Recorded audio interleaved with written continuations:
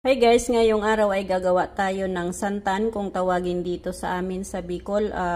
Gawa siya sa coconut milk na merong sangkaka o yung pinatigas na asukal mula sa tubo, sa sugarcane. At syempre meron tayo ditong pili nut at saka isang teaspoon na asin.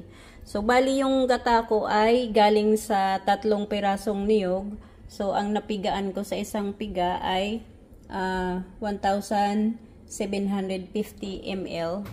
Tapos ito ay 1 kilogram at saka 500 grams na pili nut.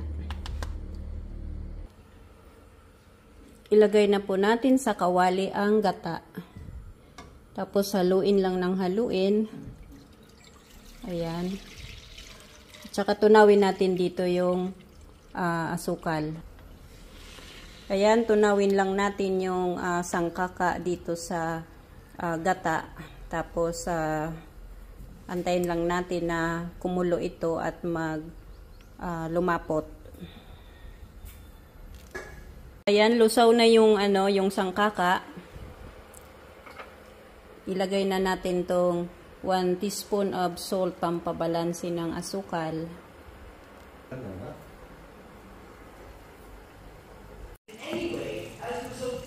Ito medyo malapot na, pwede na nating ilagay yung pili nut. Nilagyan ko nga pala ng pandan leaves para mabango.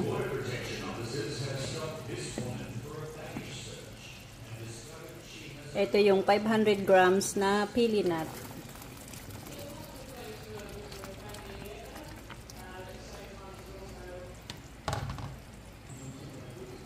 Haluin lang natin.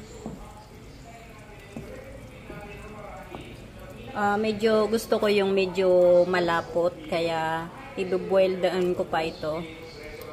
Siguro mga 10 minutes pang pakulo para mas lalong lumapot siya.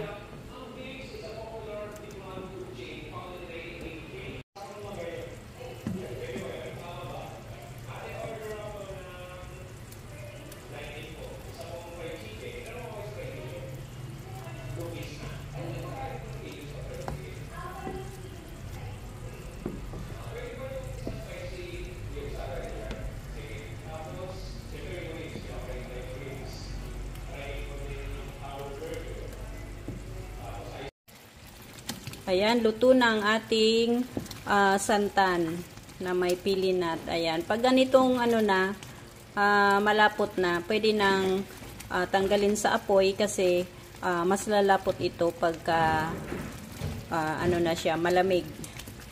Ayun, patay na natin sa apoy. Ayan, ito na ang ating santan, luto na.